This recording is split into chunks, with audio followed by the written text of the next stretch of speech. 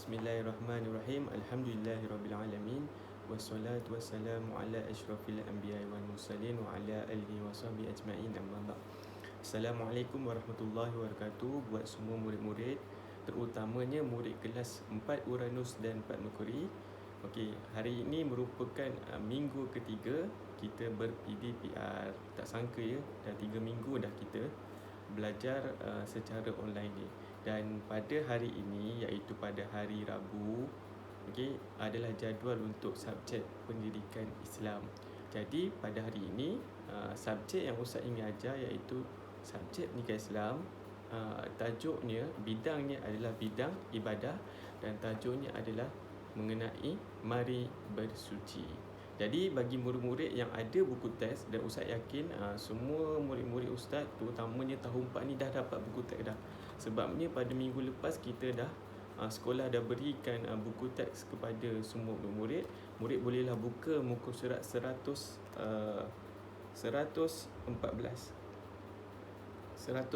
ya, yang tajuknya mari bersuci bidang ibadah. Baik, Ustaz tak nak lengah-lengah. Jadi Ustaz mulakan pelajaran hari ini bermula dengan apa itu erti najis. Kita nak belajar erti bersuci ni, mari bersuci ni ada kaitan dengan najis. Jadi apa itu najis? Maksud najis, kalau murid-murid tengok muka surat 114 itu, yang dialog yang nombor 4 itu, najis ni bermaksud apa-apa sahaja perkara yang menghalang daripada sahnya solat.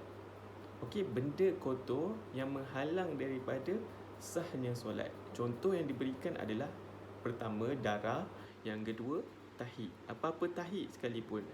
Itu adalah benda kotor yang boleh menyebabkan terbatalnya solat kita. Jadi bersuci ni kita tak boleh nak main-main ya murid-murid. Kalau ada je benda-benda najis yang ada pada pakaian kita semasa kita solat, dia menyebabkan terbatalnya solat kita. Jadi hari ini kamu perlu tahu beberapa jenis najis dan cara kita nak sucikan najis tersebut. Baik, Ustaz teruskan. Faham ya? Maksud tadi Ustaz jelaskan maksud najis. Sekurang-kurangnya kamu tahu, Ustaz, apa itu najis? Najis ni benda kotor yang menghalang daripada sahnya solat kita. Kalau ada benda-benda kotor, najis ni, kita tak boleh sah lah solat kita. Kalau kita teruskan juga boleh terbatal dan tak sah lah, tak dapat pahala lah, senang cerita. Baik, jadi najis yang diberikan sini, kalau kamu buka muka surat 115 tu, dia ada berikan kepada 3 kategori najis. Najis yang paling ringan sekali diberikan nama najis mukhaffafah. Najis yang sederhana ringan diberikan nama najis mutawassitah.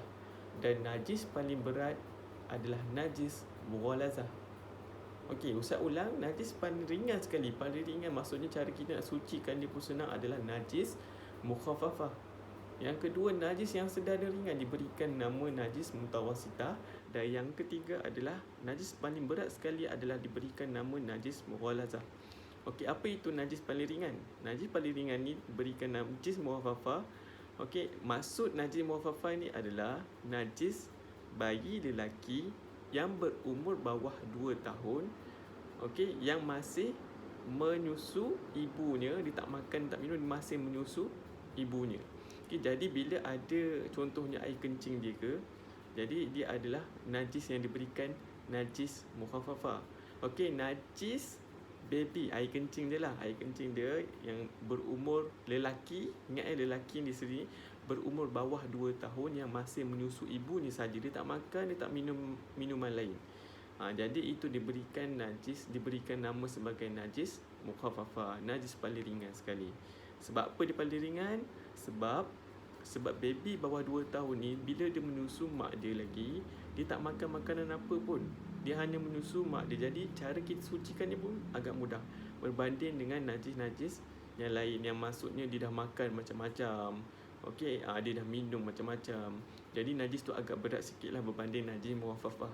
Ingat je, clue dia najis mukhaffafah ni adalah dia baby lelaki berumur bawah 2 tahun. Kalau dah atas 2 tahun tu, 3 tahun, 4 tahun, 5 tahun tu, dia dah bukan sebagai kategori najis mukhaffafah. Air kencing dia, kemudian dia masih menyusu ibu dia.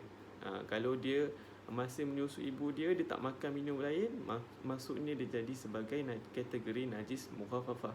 Okay, faham ya? Okay, Ustaz teruskan kepada najis mutawasitah. Najis mutawasitah ni sebenarnya kamu tak payah pening-pening. Dia sebenarnya dia selain daripada najis mukhaffafah dan mughalazah.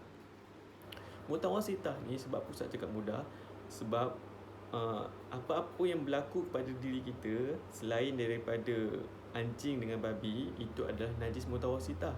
Sebab najis mughalazah paling berat, dia ada kaitan dengan anjing dan babi. Tapi najis mutawasitah ni apa-apa selain daripada anjing dan babi. Okay, contohnya najis manusia. Najis manusia tu, itu adalah najis mutawasitah. Najis kucing, itu adalah najis mutawasitah. Apa lagi? Najis budak yang berumur 7 tahun. Bukan 2 tahun, 7 tahun. Itu pun najis mutawasitah. Darah, nanah, tahi kambing, tahi lembu, tahi cicak, itu semua kategori najis mutawasitah. Apa-apa binatang selain dengan babi dengan anjing, ataupun keturunan babi dengan anjing ni, maka dia adalah najis mutawasitah. Kena ingat. Okay, kalau muwafafah tadi khusus untuk baby, lelaki pula tu umur berapa tahun. Tapi kalau najis mutawasitah ni selain daripada anjing dengan babi. Apa-apa kaitan pun kamu nampakkan darah harimau ke, darah kambing ke, apa-apa saja, nanah yang ada kamu, contoh kamu picit jerawat keluar nanah, itu pun najis mutawasitah. Kena ingat tu. Okay, jadi selain daripada najis muwafafah dan najis mughalazah, mutawasitah ni sederhana.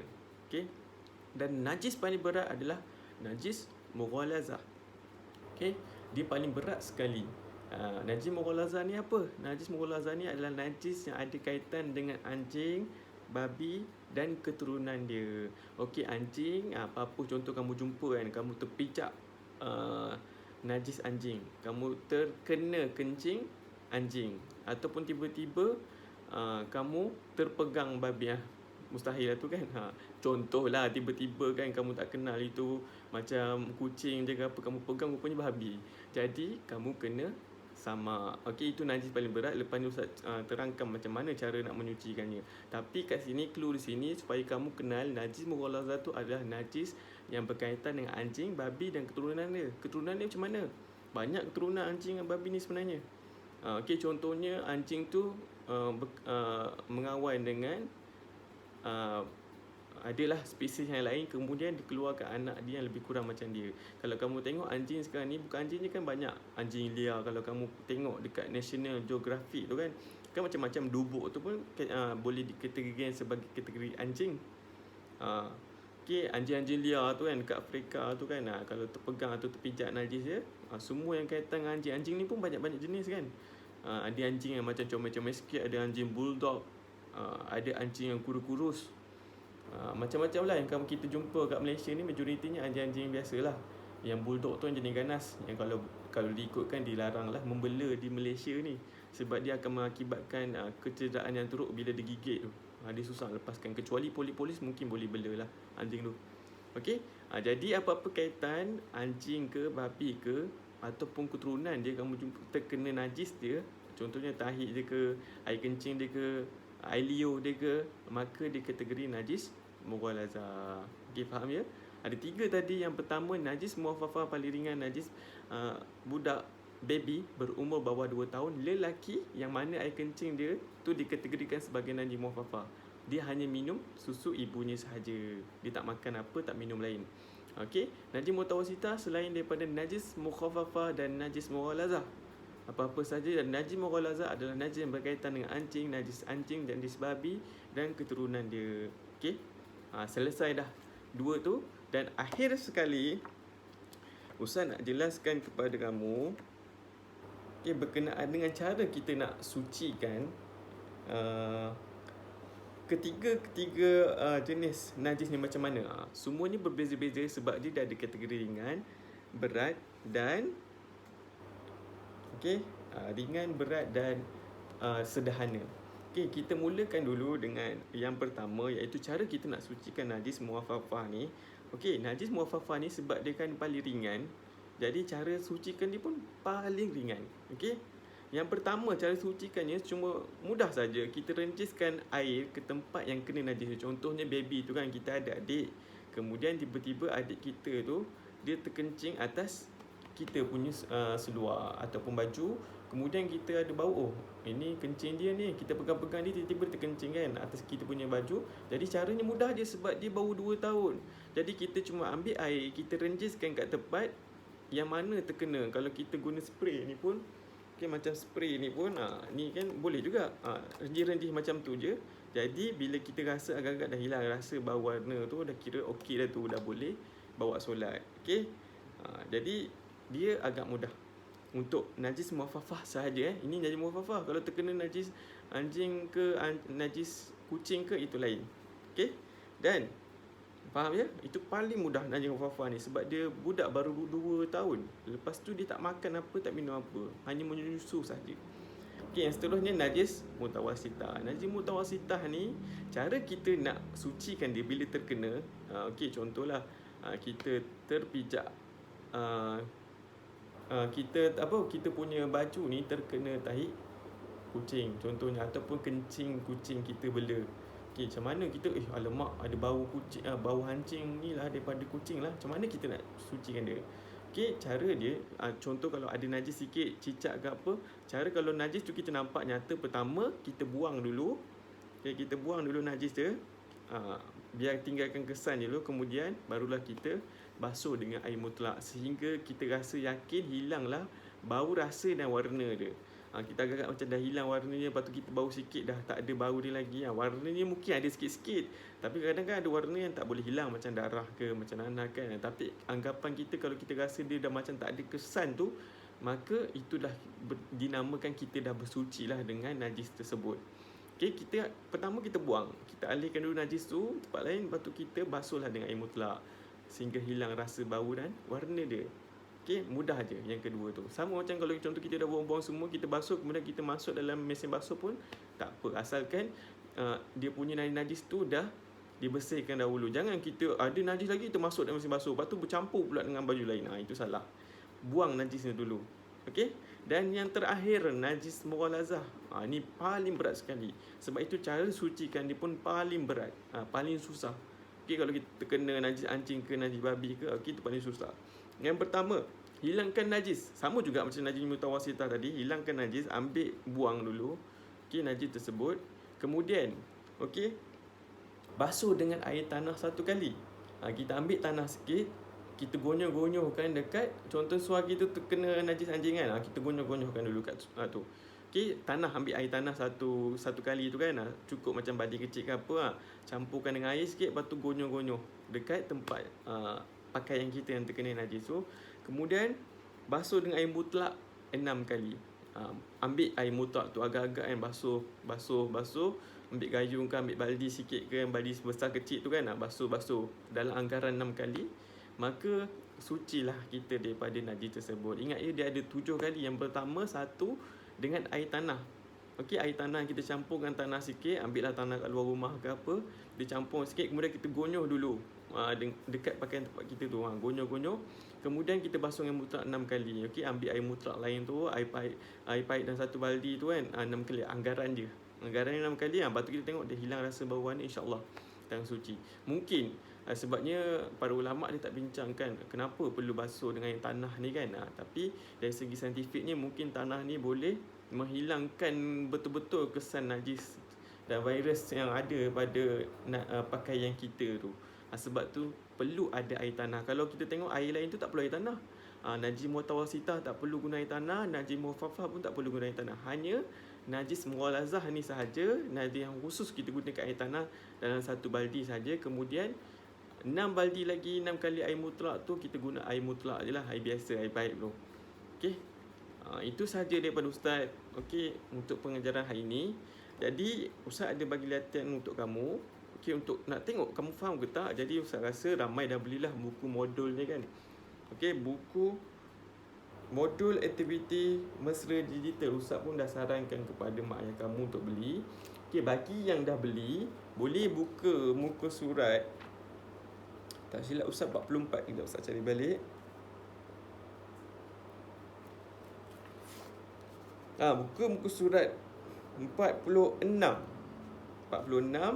dan 47. Ustaz nak kamu buat dua latihan ni, 46, 47. Okey, dua muka surat ni nanti kamu dah buat, kamu boleh hantar dekat Ustaz dekat Telegram yang Ustaz buat tu.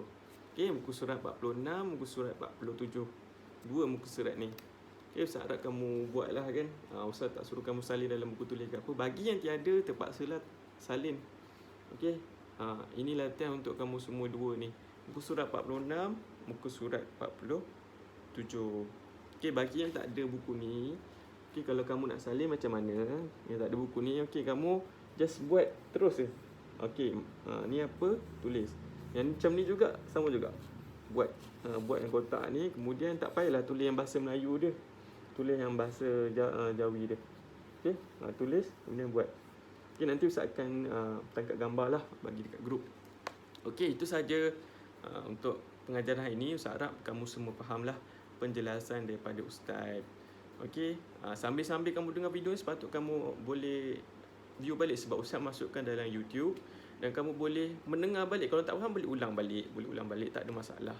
Okey, Ustaz harap kamu semua fahamlah pengajaran hari ini. Benda yang bersuci ni paling penting untuk supaya kita supaya kita terhindar daripada membuatkan perkara-perkara yang boleh membatalkan solat kita. Okey, itu sahaja pada Ustaz. InsyaAllah kita jumpa lagi pada lain minggu. Kalau tak ada cuti lah pada minggu hadapan, InsyaAllah kita jumpa lagi.